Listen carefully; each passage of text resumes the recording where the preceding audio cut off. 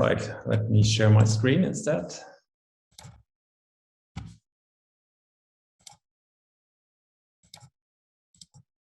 Yeah, now you should see my screen. Thanks a lot for the kind introduction. It's really a pleasure to be here with you and to see the students and to be able to present you a few slides about our master program in computational sciences in engineering. And since we are lazy here, we typically use the abbreviation CSE. As already introduced, my name is Ralf Jänicke of the Institute of Applied Mechanics. And in this program, I'm mainly responsible for modules and courses in solid mechanics and finite element analysis. Yeah, and as already also mentioned, Annika Kleinwächter is also with me, the program coordinator, and she will also be happy to help me to answer your questions.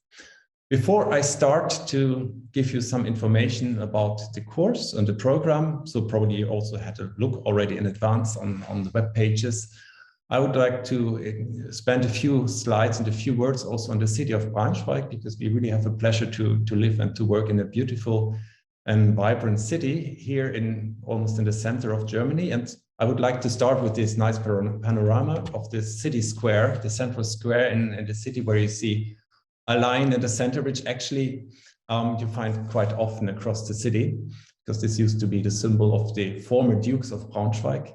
Nowadays, there are no dukes anymore, but there's their old castle, there are nice churches and nice squares, even though this must be during pandemic times, no one on the streets. Nowadays, hopefully it's a bit more crowded again. Okay, not everyone probably knows where Braunschweig is. We have seen that roughly on the map, but nevertheless, let's put the map here on the screen again. This is Germany in green and dark green. This is the state of Lower Saxony. Niedersachsen, as we say in German. And what I also would like to spot here, other than, or not only Braunschweig, is the TU9, where TU Braunschweig is very proud to be part of. So TU9, that's the group of the strongest universities of technology in Germany. To the east, that's Berlin, that's Dresden here. You see Munich in Bavaria, Stuttgart, Karlsruhe Institute of Technology, Darmstadt, Aachen. And very close to our place here, that's Leibniz University of Hanover. And actually, we are here. That's Braunschweig. If we have a closer look on the map again, Germany now, it looks more green even. That's where we are. And this also gives an idea how central this place is. So we have, if you take the train, it takes 1.5 hours roughly to end up in Berlin. To the north, it's the beautiful city of Hamburg. And if you fly in from abroad, then most likely you will end up here in Frankfurt Airport. That's also a very fast train connection between Braunschweig and Frankfurt. It's a very central position. Let's zoom in a bit. Here we have Braunschweig again. Before we'll say you something about the closer vicinity, maybe Braunschweig, we love working and doing research, but we also love to spend our time and relax in nature. And I would like just to highlight here this very nice region, which is called, very strange German word, Harz. That's a region of mountains, which are not so super high, but at least above 1,000 meters and perfect for any type of outdoor activities. In summer, hiking, climbing. In wintertime, you can go for cross-country or downhill skiing. And if you don't want to do too much sports, you can also take a steam train from 𝘱𝘍𝘳𝘪𝘐 to go on the highest mountain of this region, which is called Brocken. And the fairy tale says that now in that time of the year, then the witches would fly around the mountain tip. I haven't seen them yet, but maybe you will discover them. Another place close to Braunschweig, which is not such a big city, but it's maybe you have heard about that, it's Wolfsburg. Actually, that's the headquarters of Volkswagen sitting there. And Volkswagen and the industry related to that is really a big player here in the region. That's just 20-25 kilometers away from Braunschweig. And Volkswagen and the suppliers, they're also the major employers here in Braunschweig, in the city of Braunschweig. And finally, a last zoom, then you see here really the city. You see that's the historical city center, which is actually medieval. And there's this nice small river, Oker, floating to the left and to the right. And then basically like an island here. It's very, very nice and nice to spend time there. And what is particularly nice is also that our campus is so close to the city center and to all these parks and this nice atmosphere. Overall, Braunschweig is maybe not, it belongs to the largest cities in Germany, but the largest city in Germany is maybe not large compared to other countries. So here we have about 250,000 of inhabitants. And the advantage is that as soon as you leave the city bounds, you really have quite and great places to stay. Some more impressions from the city. You're starting in with the medieval line here, the historic castle, the old church of the dukes. But of course, then if we proceed in time, then we end up here in mid of 18th century. This is also a castle of these dukes, but nowadays, quite funnily, this is not used as a castle anymore. There are no dukes. Nowadays, it's a shopping mall, so you can go for shopping in a castle. Actually, very unique. And here we are at the university. That's the House of Science, which is where all the official ceremonies of the university take place.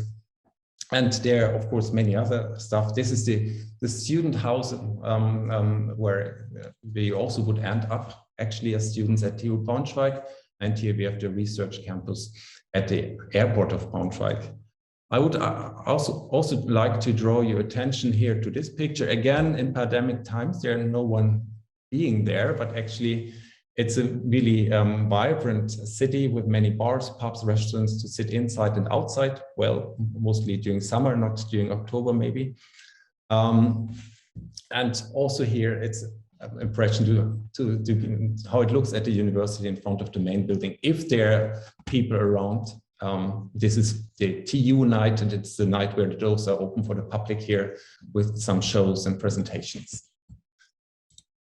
All right, as already said, there's also beautiful places in and outside of the city bounds, and maybe I would like to point special attention here on the activities water-based, even though the river is not so big, but there are quite nice things you can do there. You can go for rafting, and if that's too wild for you, then if you prefer to have something more, some slower activities, then you can rent out a paddle boat and paddle around the city center where the water is luckily calm. All right, some practicalities about living in Braunschweig. And of course, living expenses might be an important thing for international students typically. And one important measure for that is typically the rents for apartments. And here I brought the map of Germany, where you see the more red, the more expensive to live. And typically it's rather expensive in the south and of course in the big capitals and cities.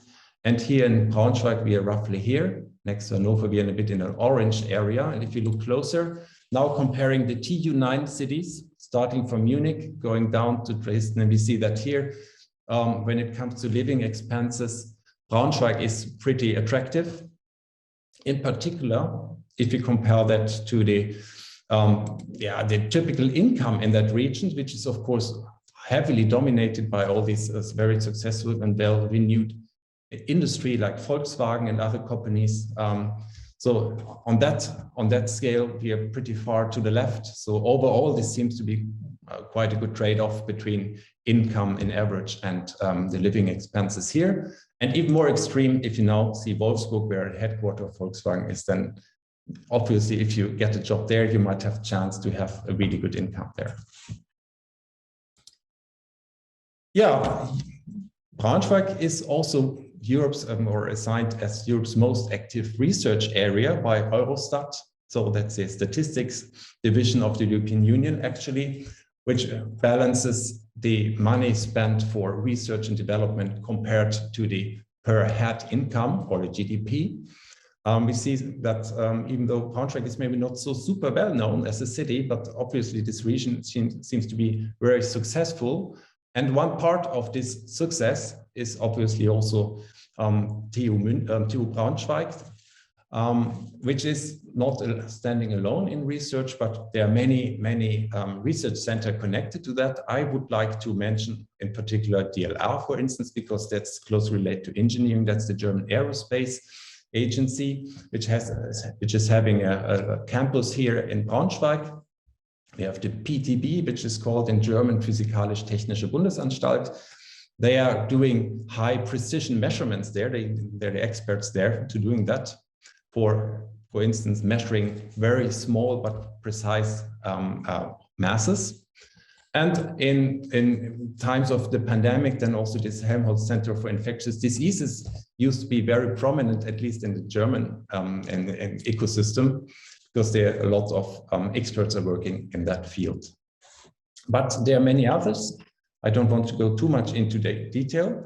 Instead, I would like to tell you something about the university, which is actually one of the oldest one in Germany. It was established in mid of 18th century as called 𝘗𝘢𝘪𝘥𝘓𝑚 Carolinum, at that time founded by the Duke.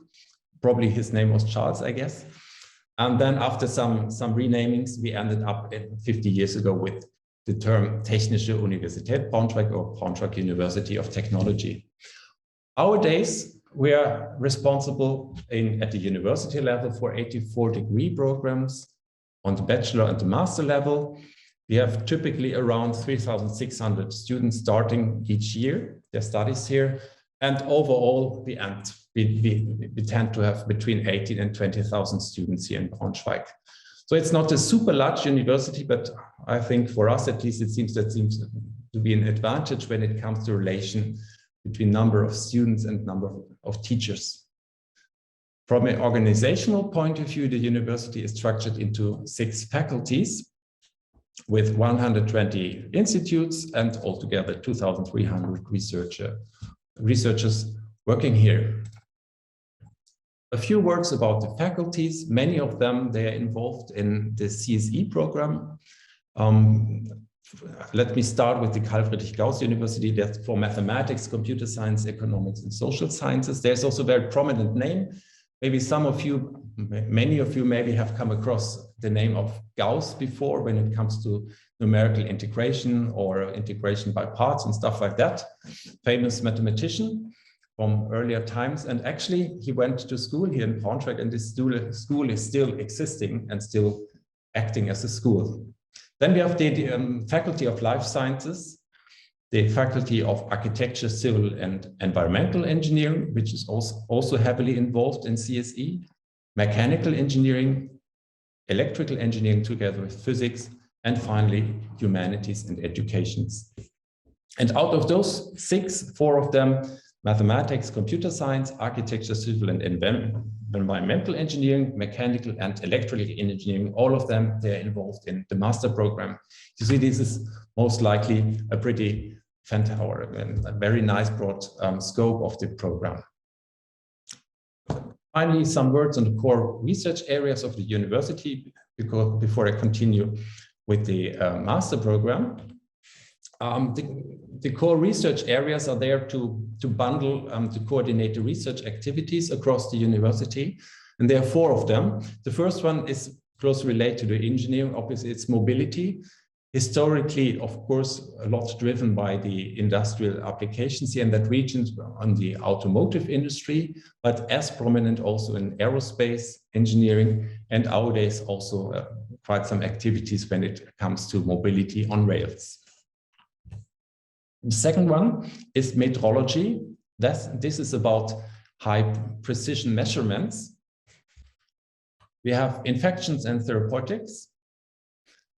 And I think that it explains by itself. And again, closely related to many aspects in engineering, future cities. And here, in particular, civil and environmental engineers, together with architects, are heavily involved to develop concepts how the cities are prepared for the future challenges when it comes to climate change and so on.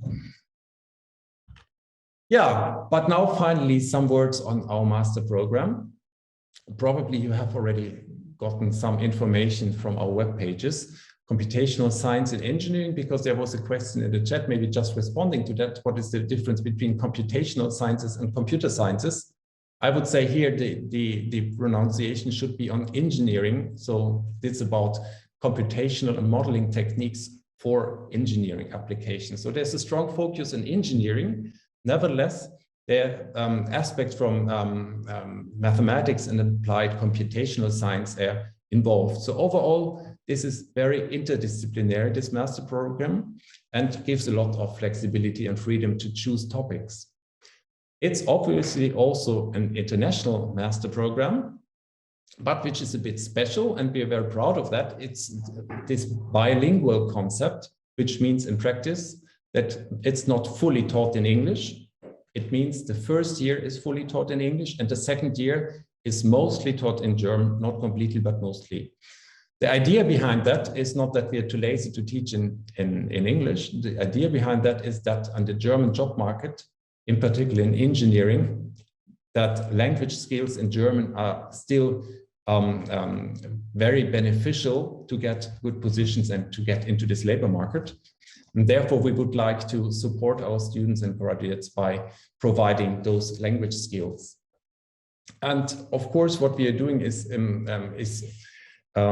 part of all the innovative things we do here in our core research areas, which I have shown you on the previous slide. What we're having when it comes to the organization of the daily life and supporting the students is a mentoring concept.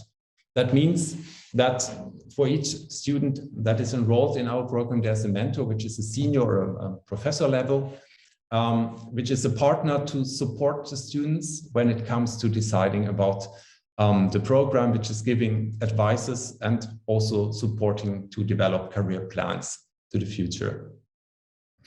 Altogether, we have 4 specialization areas according to the 3 engineering disciplines represented here and computational mathematics. And the choices of that are pretty flexible, which means that one can also pick modules from the different areas, and you can basically develop in certain constraints your own program if you like. And finally, typically we have 40 to 50 students starting each year. That means this program is not super big, but I think it's very good to have a very direct relation to the teachers here. That's at least our ambition. Yeah, talking about the skills we would like to provide to our students and graduates. So what we think is that, that's our goal, that the CSE graduates are ready to employ their knowledge in the development of emerging technologies. And by the construction that we have so many different areas involved there in engineering and computational mathematical sciences, everything is very interdisciplinary, and that's something which is also a strength of our graduates, that they're able to plan and deal with such projects in interdisciplinary teams. And as I already said concerning the language in particular, we think that's really a strength that enables the students and graduates to embark for a career on the German labor market. And of course, as specialists in modeling and simulation, that's our profile. And another important aspect, of course, because we are a research university, is that, of course, we are also interested in attracting the best students to stay at the university, to continue as PhD students and to run their doctoral studies together with us.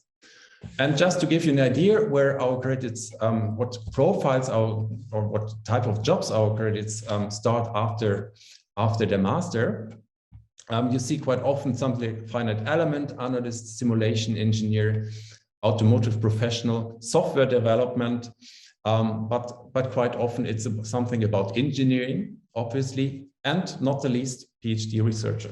That's also important in our profile. And if you have a look on the companies, and now we're not talking about employees and the university, but in industry, you see many very prominent representatives of this German industry landscape, like Bosch, Volkswagen, Audi, Airbus, the German Aerospace Agency, and so on. And you see many German companies, which is for us a proof that our bilingual concept is working out.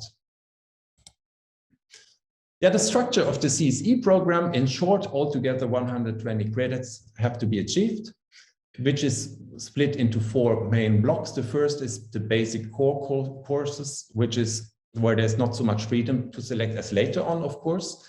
It's about the foundations of natural and engineering sciences and mathematics and computational sciences, altogether worth 30 credits. The second block is about elective core courses, so a bit more freedom, obviously, computation methods and applied math, scientific computing, 25 credits. And then comes the most the most prominent block, even though it's printed small here, specialization, 35 credits, which is consisting of two parts. One is a project, and the second one, again, courses in a specialization area, and finally the master thesis. And this is how it distributes over the typically 4 terms at TU Braunschweig. Finally, few words on application and admission. I mean, not very surprising that you need a bachelor degrees to enter the master program. Typically, this should be in engineering sciences, natural sciences, mathematics, or computer science. What is important is that to be aware that our focus is somehow always directed towards engineering. That's why this should be somehow mirrored in your bachelor's degree already, this or that way. Language requirements: English, that's B2 C1 or higher, or TOEFL with at least 79 points. And that's related to our German or bilingual profile, the German certificate DSH1, but you don't need to bring that. This is to be achieved latest after the 3rd semester. What you need for application is that you need to prove level A1 or, and later on upon arrival, level A2. Exemptions are for those who have had education in German before, but you can find more information about our admission site, or you can ask Annika in the chat. And time-wise, the application period for next winter term, which is from now in roughly 1 year in October. This starts in January, and for EU residents, this will end in July, and for non-EU residents, it's a bit earlier in March. With that, I would like to close for now. I'm really looking forward to see at least some of you at TU Braunschweig next year, and hopefully not only here in the lecture rooms, let's hope we can be in the lecture halls, but also on these nice social events at the university and beyond. Thanks a lot.